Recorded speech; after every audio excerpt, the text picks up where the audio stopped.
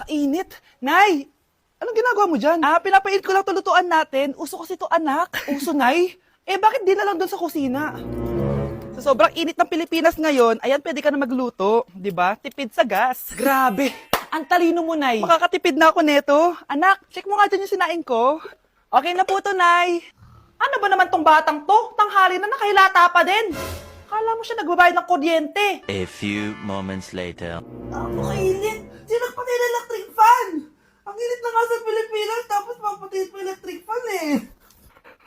Tay, ano yan? Ice coffee? Mainit na kape to, anak. Mainit na kape?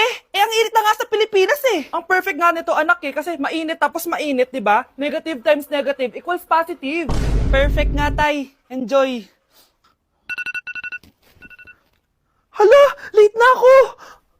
Ano to? Sinuspindi na ang face-to-face classes sa ilang paaralan sa bansa dahil sa sobrang init. Yes, makakatulog pa ako ulit.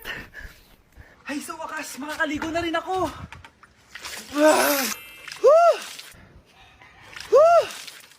Hi, Cheska. Hi. Alam mo ba kung bakit mainit sa Pilipinas? Bakit? Kasi, hot ako. Pero natabo. Yan, ang init-init na ka sa Pilipinas tapos mag-joke ka pa ng ganyan. Sungit!